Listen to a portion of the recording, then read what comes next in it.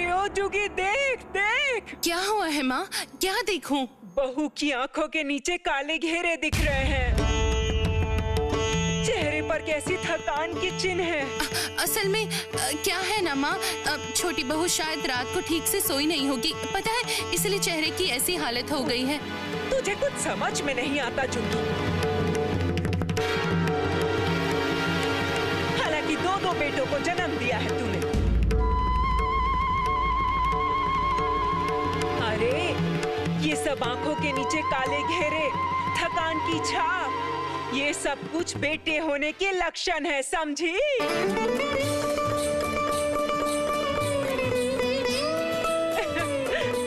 बेटी होने से माँ सुंदर दिखती है और बेटा होने से माँ का चेहरा ऐसा हो जाता है। कहाँ? देखो देखो देखो छोटी बहू, इधर आओ तो छोटी बहू, तुम्हारा चेहरा देखती हूँ, सही है। माँ, ये बात तो मेरे दिमाग में बिल्कुल भी नहीं आई। आपने तो बिल्कुल सही कहा है। इसलिए मैं मन ही मन सोच रही थी कि ऐसी लक्ष्मी रूप वाली बहू है मेरी, इतना सुंदर चेहरा है, ऐसा क्यों हो गया? वही तो, ऐसा ही हो भगवान। इस बार एक शुभ समाचार मिले, ऐसा ही हो जनार्दन जी, ऐसा ही हो।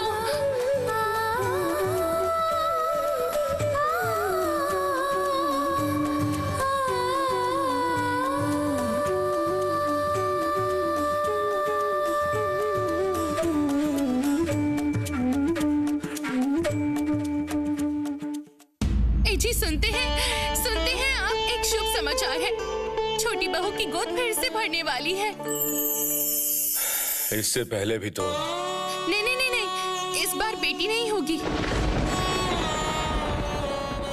आप देखना, इस बार तो बेटा होगा,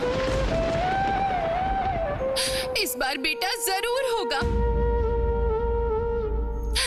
जनार्दन जी जरूर हमारी पुकार सुनेंगे।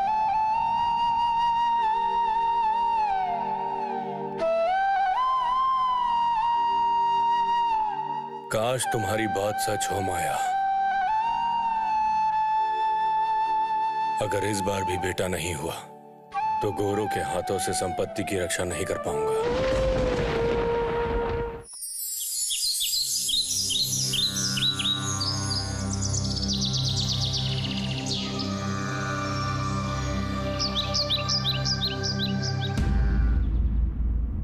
क्या हुआ छोटी बहू? क्या हुआ है? ऐसे चुपचाप बैठी है? आज गुरुदेव आएंगे, मेरा हाथ भी देखेंगे। ये तो अच्छी बात है, इतनी चिंता क्यों कर रही है? मैं अपने भाग्य को लेकर नहीं डर रही हूँ दीदी। मेरे भाग्य ने मुझे बहुत कुछ दिया है। उस खाली शहर के झोपड़ी से मुझे यहाँ पर इस महल में लेकर आया है। मैं सिर्फ एक बात से डर रही हूँ, एक ही बात का डर है। अगर पिताजी मेरे भाग्य से डर गए तो, अगर गुरुदेव यहाँ आकर कहें कि इस बार भी मुझे बेटी होगी। इस बारे में मैं तुझे क्या कहूँ बता? मैं तो उन लोगों का कोई भी शौक पूरा नहीं कर पाई। तेरे जेठ जी अगर और कुछ दिन जीवित रहते, समय है, बहुत समय है, बोल बोल के समय समाप्त हो गया। पता है दीदी, मुझे बार बार लगता है कि लड़कियां क्यों सब कुछ नहीं कर पाएंगी। क्यों संपत्ति की देखभाल के लिए सिर्फ लड़कों की जरूरत है? क्या हम लोगों में क्षमता नहीं है? हम तो इतनी बड़ी गृहस्थी को संभालते हैं, हर तरफ ध्यान रखते हैं, तो क्यों हम लोग व्यापार नहीं संभाल पाएंगे? बहू, व्यापार संभालना और व्यापार करना दोनों बहुत अलग है। पुरुष और महिलाओं का काम बहुत अलग अलग होता है। नहीं दीदी, लड़कियां भी खाना बनाती हैं और ब्राह्मण भी खाना बनाते हैं। अगर दोनों खाना बना सकते हैं तो अगर पुरुष लोग व्यापार समझते हैं तो महिलाएं क्यों नहीं समझेंगी? बहू, तू 3 बेटियों की माँ बन चुकी है, अभी भी तेरा बचपना नहीं खत्म हुआ। पता है दीदी, उन्होंने मुझे बताया है, राम मोहन बाबू कहते हैं लड़कियों की शिक्षा और सोच समाज को बदल सकती है। मैं सोचती हूँ वो कुछ गलत तो नहीं कहते हैं। मैं सोच रही हूँ उनसे कहूंगी लड़कियों की पढ़ाई लिखाई कराने के लिए। हमारा ये जमाना तो हमेशा नहीं रहने वाला है और घर घर में बेटा भी जन्म नहीं लेगा। छोटी बहू, तू फिर से पागल हो गई है क्या? ये सब चिंता अपने दिमाग से निकाल दे। नानी माँ ये सब नहीं मानेंगी। मैं भी पहले ये सब नहीं मानती थी, लेकिन जमाना जैसे बदल रहा है, लड़कियां मूर्ख रह जाने से नहीं चलेगा। लड़कियों को सब कुछ समझ लेना होगा, नहीं तो जमीन जायदाद की रक्षा नहीं हो पाएगी। छोटी बहू, ओ छोटी बहू, एक बात कहने के लिए आई हूँ। बैठक के कमरे में गोरा सैनिक आया है और उसकी बातें सुनकर मालिक तो बहुत परेशान लग रहे हैं और यहाँ घर में छोटे मालिक भी नहीं है। गोरा सैनिक? गोरे लोग लगातार हमारे महल की तरफ बढ़ रहे हैं। पिताजी डर रहे हैं। इस बार सिर्फ संपत्ति नहीं, पूरा महल भी हाथ से निकल जाएगा, उत्तराधिकारी ना मिलने की वजह से। मैं जाती हूँ, देख कर आती हूँ। छोटी बहू मत जा, वहाँ जाके ऊंची आवाज में बात मत करना, सुना तूने?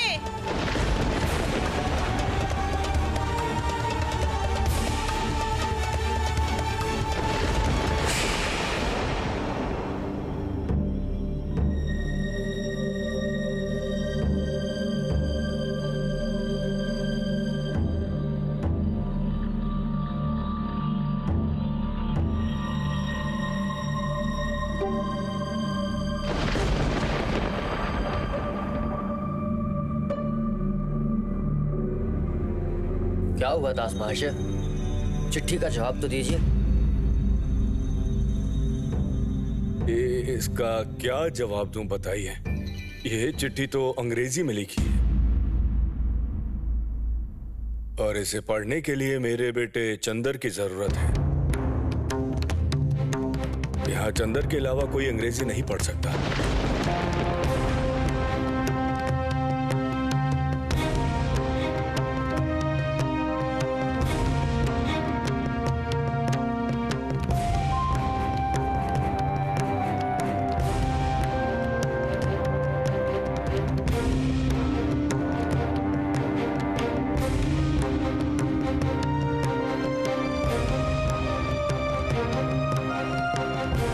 हाँ सर। साहब कह रहे हैं कि इस चिट्ठी में ये लिखा है कि अभी के लिए कंपनी को आपकी अतिथिशाला की जरूरत है। उसमें कंपनी के कुछ सामान्य लोग रहने के लिए आ रहे हैं ना।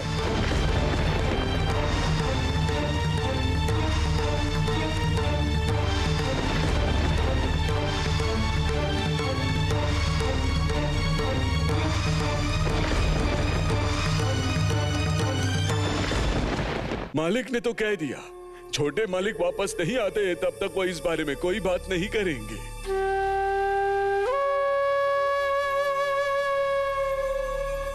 अब यह भी कोई बात हुई मुनीम जी? बताइए तो। कंपनी को जरूरत है, उनको इस तरह बिठा के तो नहीं रख सकते हैं ना।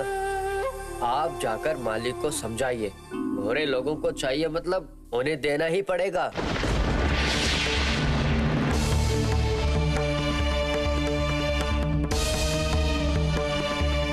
बेवजह क्यों आप अपना और साहब का समय गंवा रहे हैं?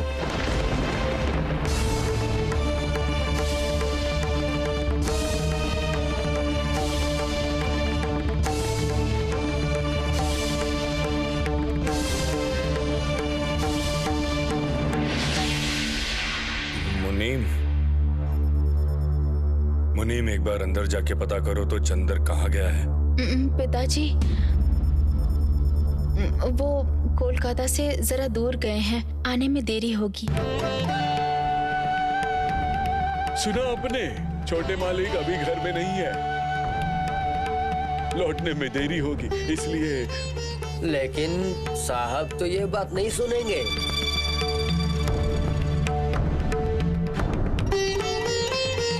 मुनीम जी, जब साहब आए हैं तो वो कमरा मतलब वो अतिथिशाला आज ही चाहिए, समझे कि नहीं?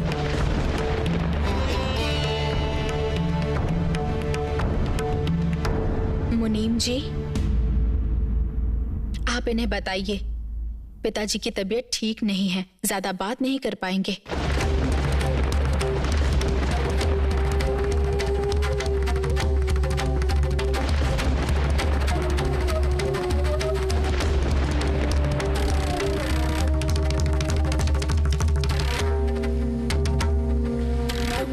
जब संपत्ति पिताजी की है तो जब पिताजी चाहेंगे तब अतिथिशाला देंगे।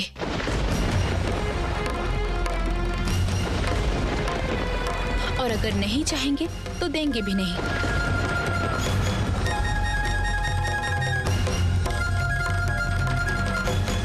इसमें कोई कुछ नहीं कह सकता।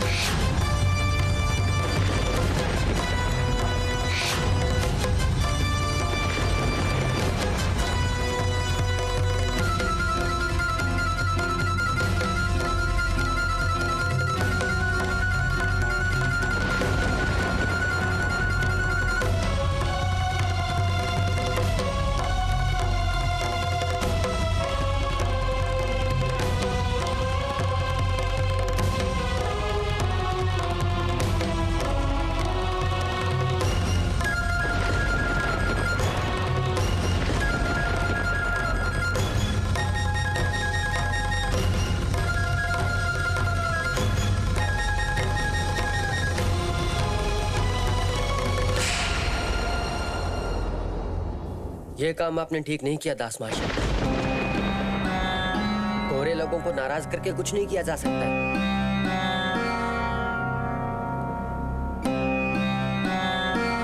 उनकी मर्जी ही आखिरी बात होती है। देखिएगा इसका परिणाम क्या होता है। अच्छा, चलता हूँ। प्रणाम।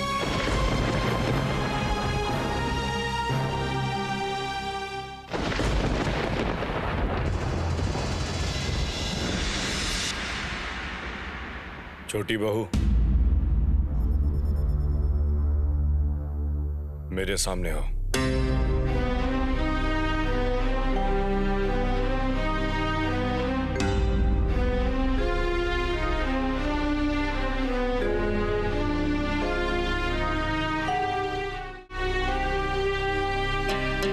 छोटी बहू, मुझे पता है तुम साहसी हो, लेकिन ये भी सच है कि आजकल गोरों को नाराज करके कोई काम करना मुश्किल हो गया है। तुमने जो कहा उसका परिणाम तुम्हें पता है? अच्छा, मुझे ये समझ में नहीं आता, तुम हर बात में अपनी राय क्यों देने लगती हो बहू?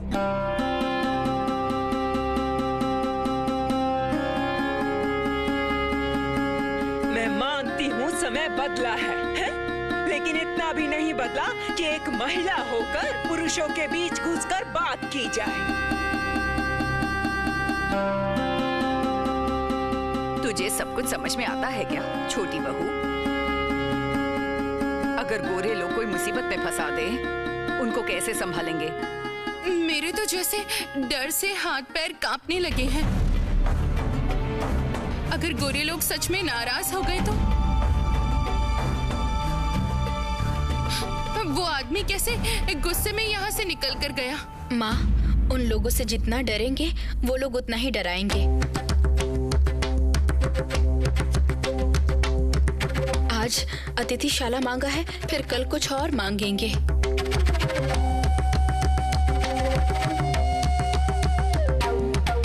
पिताजी की संपत्ति इस तरह से छीनने नहीं दूंगी मैं।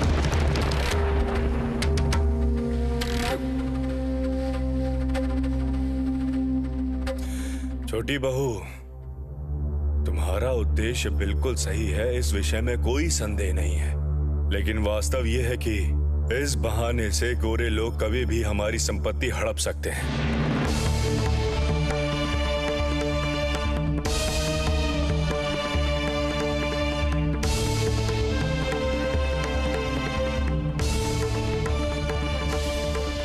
माँ, क्या हुआ? देखना बेटा, इधर एक गड़बड़ हो गई है। तू तो कोलकाता से बाहर गया था, इतनी जल्दी वापस कैसे आ गया? वहाँ जाना रद्द हो गया है। रास्ते में मेरे एक साथी की तबीयत बिगड़ गई, इसलिए लौट आया। लेकिन क्या हुआ है बताओ तुम? आप लोग कुछ चिंतित लग रहे हैं। गोरे सैनिक हमारी अतिथिशाला लेना चाहते हैं, इसलिए तेरे पिताजी इतने चिंतित हो गए हैं।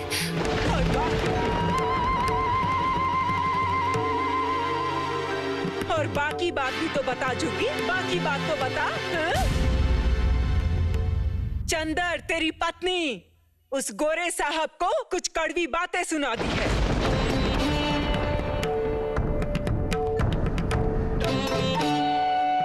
तुम्हें तो पता है चंदर, रानी भवानी की संपत्ति अंग्रेज सरकार ने कैसे हथिया ली थी। मेरा तो कोई पोता भी नहीं है बेटा जो मेरी संपत्ति की रक्षा कर सके।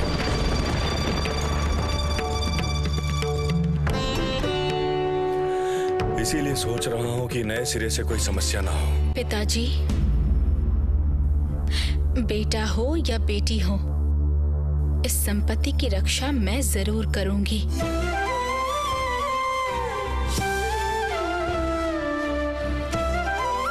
आपकी इतनी मेहनत मैं बेकार नहीं जाने दूंगी।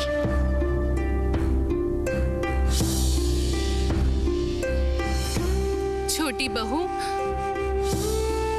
जमीन जायदाद इस सब के बारे में तुम्हारी समझ है?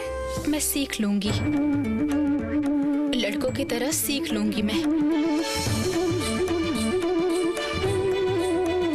और उन्हीं की तरह योग्य बनूंगी।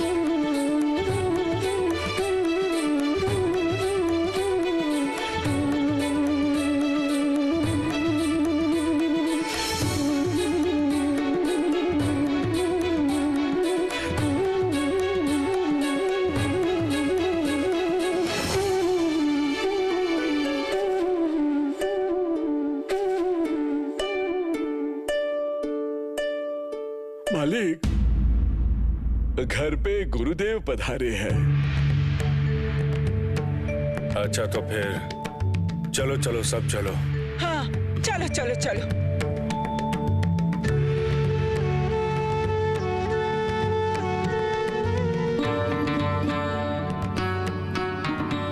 रानी, योग्य बनने के लिए क्या करना पड़ता है पता है? पढ़ना लिखना सीखना पड़ेगा, नहीं तो कुछ भी समझ में नहीं आएगा। मैं सीखूंगी, मैं पढ़ाई लिखाई करूंगी। आज मुझे समझ में आया कि मुझे और मेरी बेटियों को पढ़ाई लिखाई करना कितना जरूरी है।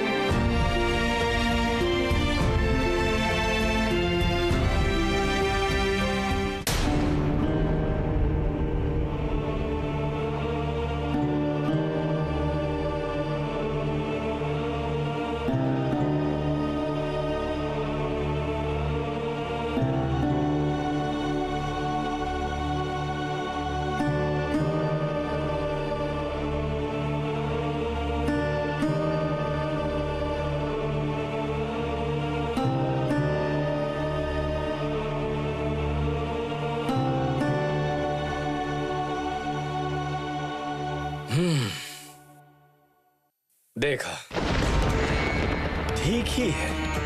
क्या ठीक है गुरुदेव? वारिस ने तो अब तक जन्म नहीं लिया, क्या पता आगे क्या होने वाला है। बेटी, जरा छोटी बहू को बुलाओ, उसकी हस्त रेखा देख लेता हूँ और निश्चित हो जाता हूँ। और कितना निश्चित होंगे गुरुदेव? बेटा होगा या नहीं, ये बात आप पक्की तरह से बता नहीं पा रहे हैं, है ना? इतना उतावला होने से क्या होगा बेटी? सुख दुख, खुशी और दर्द, यही तो जीवन है।